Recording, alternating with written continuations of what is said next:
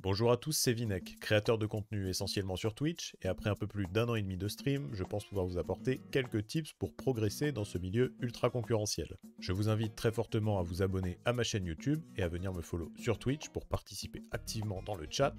D'ailleurs, le chat, c'est le sujet qu'on aborde aujourd'hui. Lorsqu'on est en stream, le chat, c'est le lieu d'échange avec la communauté.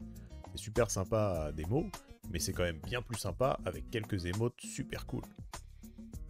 Tu viens d'être affilié et tu n'as pas envie de dépenser le moindre euro dans la création de tes émotes, pas de soucis, cette vidéo est faite pour toi.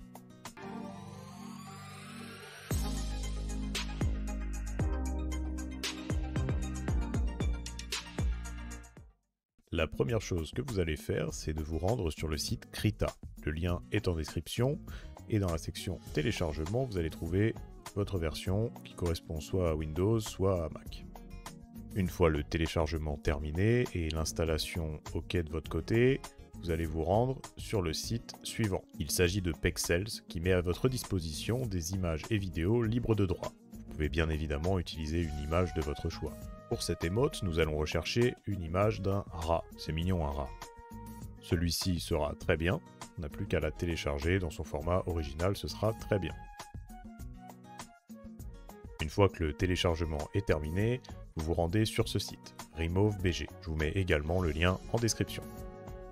Vous allez chercher le fichier que vous venez de télécharger et vous le glissez tout simplement sur la page.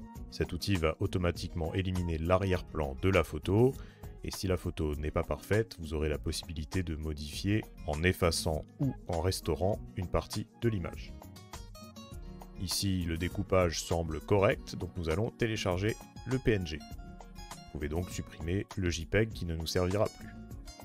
Vous pouvez maintenant fermer votre navigateur et bien évidemment ouvrir Krita. Voici la page de démarrage de Krita. Vous allez donc créer un nouveau fichier. Nous allons travailler sur un format d'image carré. Donc choisissez une largeur et une hauteur qui sont égales. Vous pouvez choisir une largeur par une hauteur de 1400, ce sera très bien. Vous avez donc votre fond blanc qui est créé. Vous allez tout simplement venir glisser et coller votre PNG. Veillez à bien cliquer sur Insérer en tant que nouveau calque. Votre petit rat est maintenant dans son carré blanc. Il ne reste plus qu'à sélectionner cet outil dans votre boîte à outils à gauche et de venir redimensionner votre petit rat. Vous pouvez faire pivoter votre image mais également lui donner un petit peu d'angle. Ce qui fait toute la force d'un emote, c'est bien évidemment l'ajout de texte. On voit ça tout de suite. Sélectionnez cet outil à gauche. Vous avez certainement la référence de ce tweet. Alors, let's go. Vous pouvez modifier la taille et le type de police. Pour la couleur, nous allons utiliser ici du rouge. Pensez à choisir une couleur assez visible, car dans le chat de Twitch, les émotes sont très petites. Nous avons le même problème que tout à l'heure, c'est-à-dire qu'il va falloir redimensionner le texte par rapport à notre carré blanc.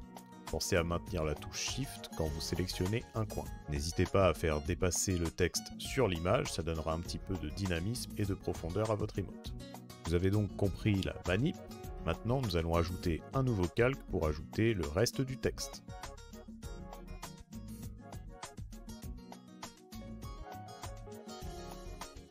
Une fonctionnalité disponible sur plein de logiciels différents, c'est la petite pipette. Ça vous permet de sélectionner une couleur présente dans votre modèle pour la réutiliser dans un nouvel élément.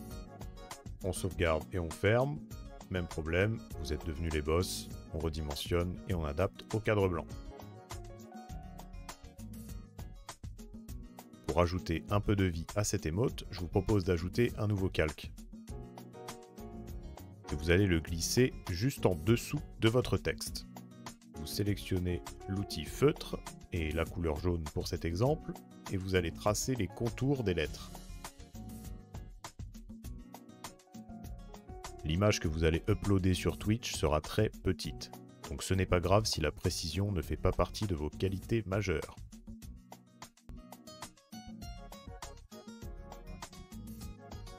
Le contour des lettres est terminé, vous pouvez vous amuser à effacer le background à l'aide du petit œil, qui rend visible ou non votre calque.